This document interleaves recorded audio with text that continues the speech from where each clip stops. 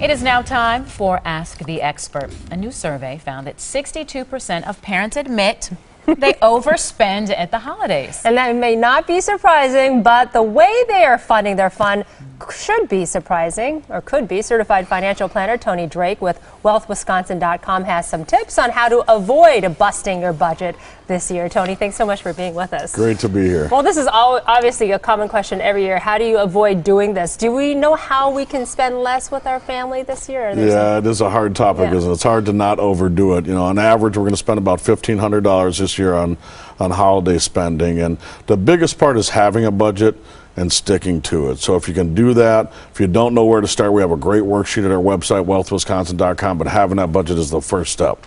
But how do you, okay, so the budget's the first step. Yeah. You get the budget, now you're blowing the budget. What are people doing that's causing them to blow the budget? The biggest mistake we see is winging it. Maybe it's a lot of us guys on Christmas Eve, right? We're rushing through the mall with no plan whatsoever. So bring that worksheet with you. Make sure you know your budget. We recommend to our clients about 1% of your gross income. So if you make $50,000 a year, $500 budget, have your names listed. I'm getting a look on $500. For everybody? You must have a short list. Right? I know it's tough, but if you can stick to, if you want a bigger budget, that's great. We just have to plan ahead of time. But, you know, bring that list with you. Make sure you're sticking to it. Another area we see a lot of mistakes is gift cards. They're really convenient. People can get exactly what they want, but because the dollar amount is listed on a card, people tend to spend about 20% more.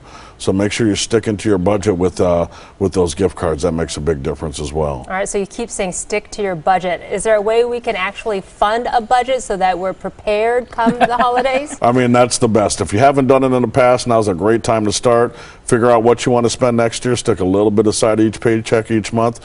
Next year, you're going to have a nice account to start with. The hard part is a good percentage of folks are actually dipping into their emergency savings. Some people are even accessing their 401ks and their IRAs, which is the last thing we want to do. Really want to make sure we have that money set aside and we're not blowing it there. For holiday spending, they're going into the reserve? Isn't that something? Yeah.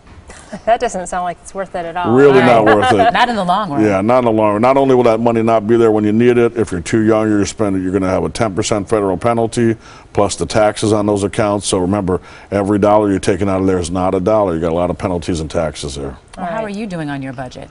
Pretty good, because I haven't started yet. So you'll be out there Christmas Eve. I'll be rushing at the last minute. All right, Tony, thanks so much for your time. Some great ideas today. Thank you.